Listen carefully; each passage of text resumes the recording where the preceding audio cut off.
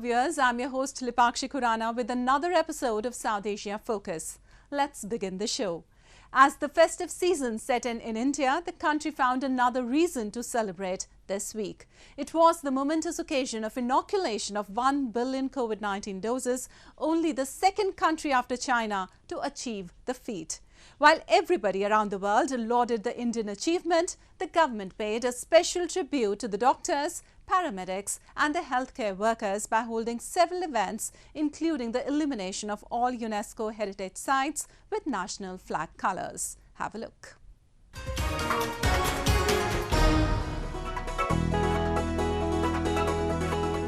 Prime Minister Narendra Modi oversaw a vaccine inoculation as India crossed the mammoth mark of inoculating 1 billion COVID-19 doses in the country. With a target population of over 940 million, the country has already jabbed over 70% of them with at least one dose and around 30% with both the doses.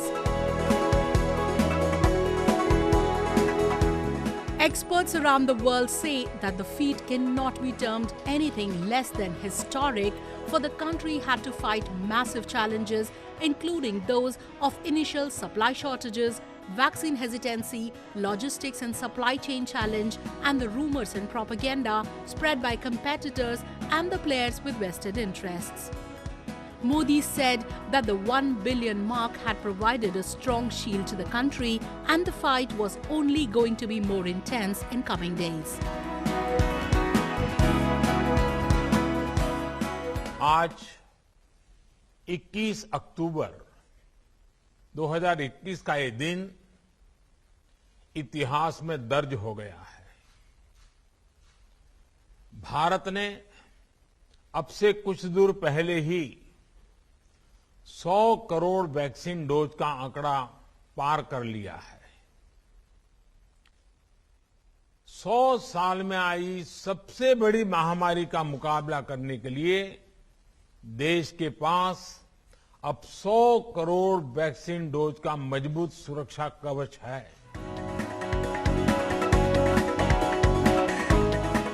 India, the second most populous country, is the first democratic nation to have achieved the mark, with indigenous manufacturers confident of producing the next 1 billion in the next 3 to 4 months. The global community has lauded Indian efforts, saying that not only the Indian numbers will help contain the spread, but they have set a benchmark for others too. New Delhi, however, has said that it is not going to grow complacent and will ensure that the entire country is fully vaccinated as soon as possible. India has so far reported 34.1 million COVID-19 cases, most of which were reported during the second wave of infections of the Delta variant between April and May. The number has come down significantly since the vaccination drive picked pace. बहुत सही है। Actually ये बहुत ज़रूरी भी है, क्योंकि सब वैक्सीनेटेड रहेंगे ताकि सब मतलब सेफ रहेंगे। वो तो बहुत ज़रूरी है। Pictures of healthcare workers celebrating the occasion also did rounds on social media, and the government acknowledged their contribution by paying a special tribute to them. From iconic Red Fort in capital New Delhi to several world heritages were illuminated with the national flag colour to mark the occasion. उत्सव ही है ना हमारे लिए कि 100 crore dose हो गए। उससे भी बड़ा उत्सव ये है कि आज मुंबई में, महाराष्ट्र में या देश में कोविड को इतनी अच्छी तरह कंट्रोल सबकी मेहनत की वजह से हुआ है। While India has emerged as one of the fastest in inoculating its adult population with COVID-19 jabs, even faster than European and American countries, it is also set to come up with vaccine for as young as 2 years olds. Indigenous Bharat Biotech has already made the announcement, and the vaccine will be rolled out in a couple of months. The government says it is committed to protecting all its citizens and the country has grown self-sufficient in doing so. Moving on, India is bracing up for all eventualities that might crop in the face of a growing Chinese aggression in the region. Beijing has already been endeavouring to alter the status quo at several points along the line of actual control, and that too based on its unilateral assumptions and ambitions. And while New Delhi has scaled up its weaponry procurement in the last few months, it has now established an airspace control centre in its northeastern state of Arunachal Pradesh to enhance its battle preparedness. A boost in its military might has remained one of the key focuses of New Delhi in the past few months, especially in the aftermath of a clash between the two sides when India lost its 20 soldiers while China did not disclose its real casualty figure. In the line of the same strategy, an airspace control center has been developed in its northeastern state of Arunachal Pradesh. Like Ladakh region, China has been notoriously and periodically infiltrating here too. Indian Army, however, says its aim is never to provoke anyone but to enhance its defense system and remain battle prepared. The newly inducted system will help India keep a strong vigil on Chinese movements. This is a new raising brigade for the eastern sector which has just come up. We are just about 6 months old and we have established our core airspace control center for the first time in the forward area. And we have enmeshed ourselves with the field formations and all our assets are now totally integrated with the field formations. Since last year's clashes, India has moved troops to its eastern stretch of the border. Experts say that the Indian state of Arunachal Pradesh, which China, in line with its expansionist agenda, refers as South Tibet, could once again become a flashpoint. China's propaganda on the Tibetan region is also based on a retributive agenda against India, as it gave refuge to the Dalai Lama and the Tibetan government runs in exile from Indian territory. It has further been rattled by increasing number of anti-China protests being carried out by Tibetans in India, demanding freedom from the clutches of China. And while on one side China has illegally occupied Tibet and aims to occupy even more, the Indian side has endeavoured to resolve issues amicably. Several unsuccessful rounds of talks have held in the region. ये वो location है जिसको हम new मैत्री स्थल कहते हैं, जहां पर हम खड़े हैं। ये कॉन्फ्रेंस हॉल है जिसमें बुमला की लोकेशन के अंदर करवाई जाने वाली बॉर्डर पर्सनल मीटिंग्स को अंजाम दिया जाता है। कोविड से पूर्व यहाँ पर 9 बॉर्डर पर्सनल मीटिंग हुआ करती थी, जिसमें से 5 भारत की तरफ और 4 चाइना की तरफ हुआ करती थी। The current geostrategic turn of events, however, suggests that China is not in position to launch any aggressive action against India. Not only several countries are opposing its expansionist agenda in the South China Sea, but a rapidly deteriorating situation with Taiwan coupled with the United States' increasing presence in the Indo-Pacific in the form of Quad, which also involves India, has pushed it on the back foot.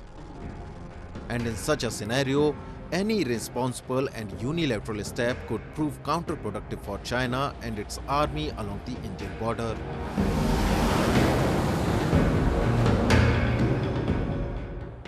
Moving on, Afghanistan and Taliban have been the two buzzwords in South Asian discourse for the past 2 months. While the Taliban has been tirelessly defending its violent and regressive mode of operation, the world is worried about a rapidly deteriorating human rights situation in the country. Whether it was the Moscow summit on Afghanistan or the NATO defense ministerial meeting this week, the top agenda was how to bring stability, both social and economic, in the war-torn nation. All of them have unanimously urged Afghan leaders to mend their policies, but the group has brazenly put forth its position, saying everything was going as per the law in Afghanistan. We'll also show you how all their claims fall flat in face of a growing resistance from women demanding equal rights and employment.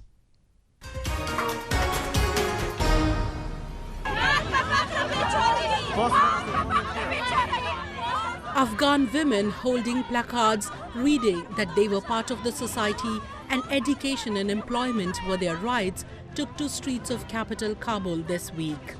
The outrage broke out in wake of the Taliban's exclusionary decisions that have barred them from education and have restricted their personal freedoms. It's been over 2 months since Taliban gained control of Kabul, but the older girls have still not returned to schools. Under the current Taliban dispensation, not even one woman is holding any office. They have also been barred from being employed in a large number of professions. And while it is a clear violation of the terms Taliban agreed to during the peace deal, its leadership during the recently held Moscow talks on Afghanistan, which was also attended by regional players including India and Pakistan, maintained that the government they were heading was not just inclusive but deal-abiding too. Government is in Afghanistan now also inclusive.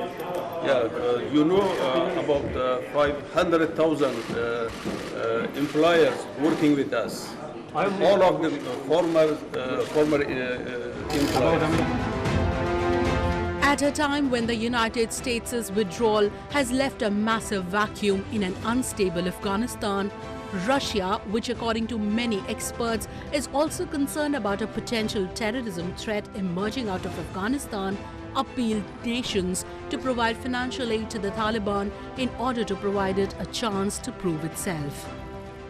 Moscow has also urged the Taliban to endeavor for inclusive government which is representative of both its political and ethnic diversity.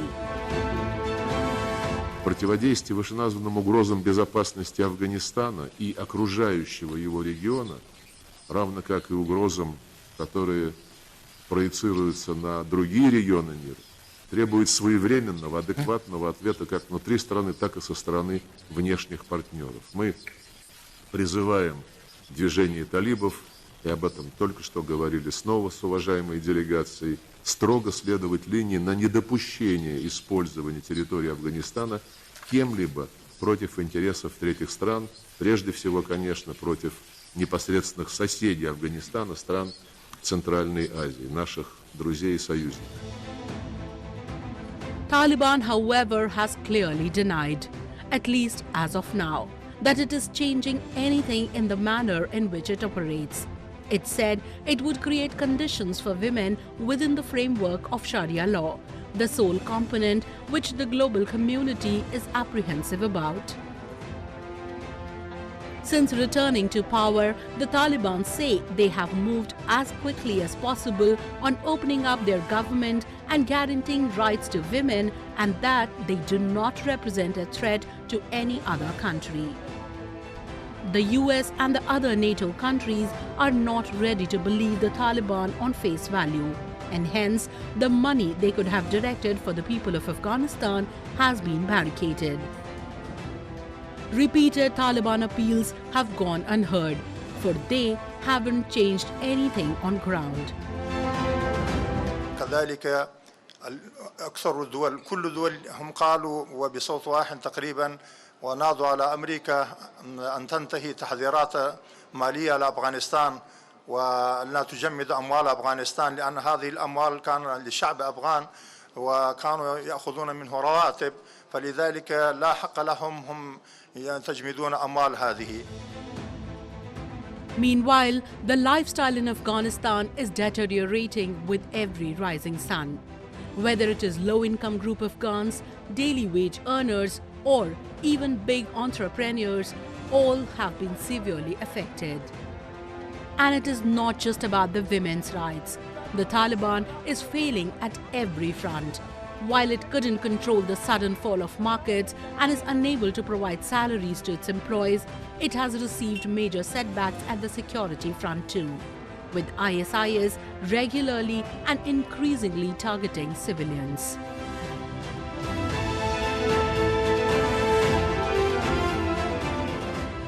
And now, in our section of Asia this week, the stories from across the continent that hit the headlines this week.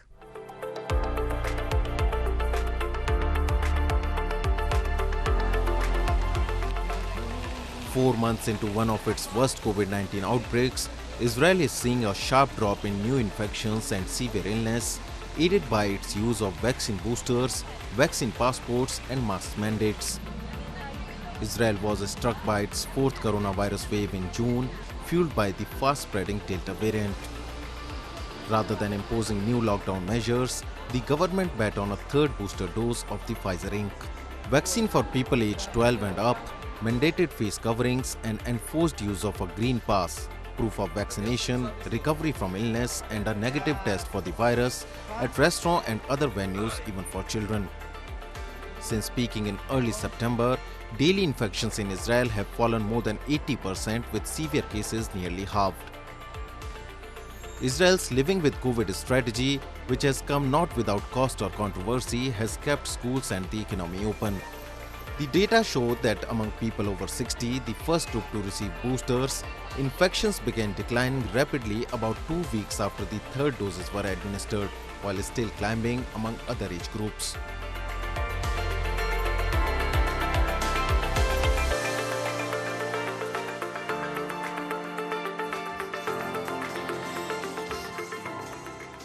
Japan's Yokohama is an exciting and lively city. Recently, it hosted a 3-month-long Dance event which concluded recently. This symbolic dance event is held every 3 years. A large number of participants gather to show their amazing performances on the stage. They are beyond the borders of age, gender, nationality, disabled, professional and even amateur. Dance stages were set in various open areas such as commerce facility, shopping street, station square and so on.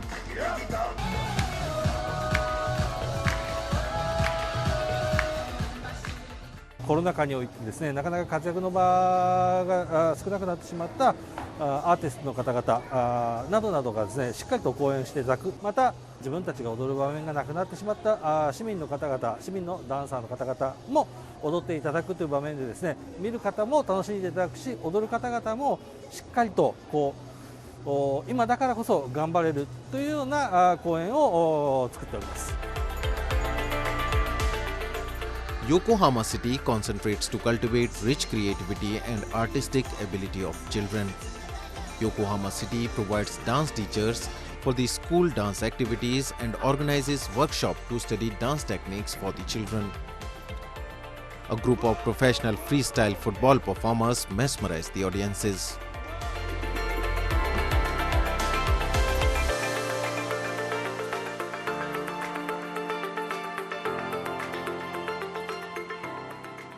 Takata Matsubura Memorial Park for Tsunami Disaster is located in Rikuzen Takata city of Iwate Prefecture. A coffee shop cafe here sells soft ice cream, which is very popular among the visitors.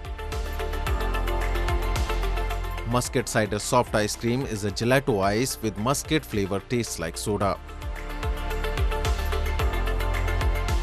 道の駅開業にあたりまして、まず美味しいミルク味を提供することが、大きなテーマにありました。その目処が立ったので、陸前高田らしいオリジナルのソフトクリームを神田ぶどう園のマスカットサイダーを使用したソフトクリームで、地元の素材を生かして、味に独自性のある、それでいて美味しいものというところです。 Rikuzen Takata city faced disaster during the Great East Japan earthquake 10 years ago. A huge sea wall and a memorial park are built on the seaside when the city was reconstructed. The Lone Miracle Pine is the only pine tree in this area that was not destroyed by the tsunami, and it has become a symbol of reconstruction. Muscat cider soft ice cream was developed with an aim to roll back the time and get the town filled with tourists. The ice cream has been developed in cooperation with Nisei, a soft ice cream maker company. Muscat cider ice is a gelato mixed with soda, not cream. The taste with muscat flavored soda has been developed by a local vineyard. This vineyard was also damaged by the tsunami, but it is still functional and produces original soda. Along with the drinking soda, the local vineyard developed a sprinkling soda powder. The refreshing ice cream is very popular among the visitors. As this tsunami hit town is fast moving towards normalcy, tourists here can enjoy Muscat cider soft ice cream.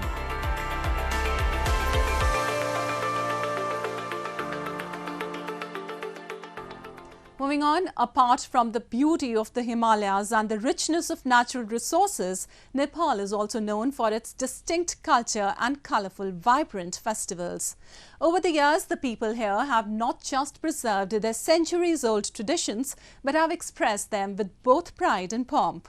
A number of them recently gathered at ancient Bhaktapur city to celebrate a unique tradition of expressing gratitude to deities for answering their prayers. Have a look. Devout Hindus gathered in Nepal's ancient city of Bhaktapur to mark the unique tradition of thanking gods for answering their prayers with traditional fervour. This tradition is a part of the week-long Hindu festival of Dashain that concluded recently. As part of the ritual, those taking part on behalf of their families covered themselves with a thick layer of cow dung, a natural antibacterial fertilizer which is widely used in Hindu rituals at this particular time of the year.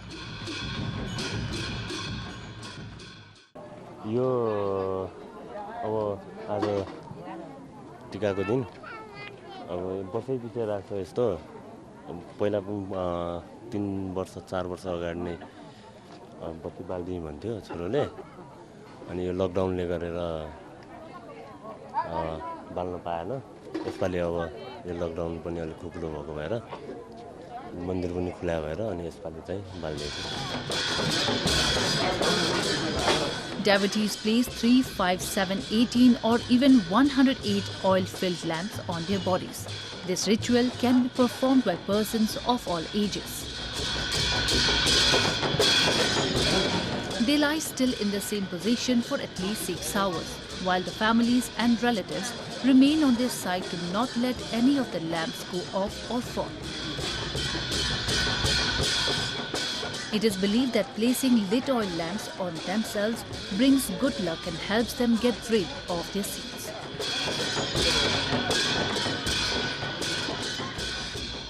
यो अब यो एउटा आशा हो है धर्मप्रतिको अब रहर पनि हो बच्चाहरुको ठुलोले पनि बाल्छ यो केही अब भनौं न भगवानसँग अब केही माग्नको लागि अब भगवानलाई भनौं न अब एउटा पाकल जस्तै The festival is the highlight of the religious calendar in Nepal, during which Hindu devotees celebrate the victory of good over evil. Devotees also perform dance, play dhols and use other means too to appease the gods and goddesses.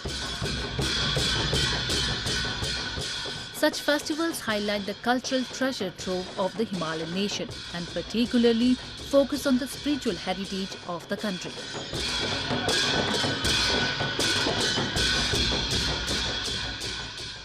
Hinduism is the most diverse religion where some rituals are quite unusual, but they all hold a cultural and scientific significance.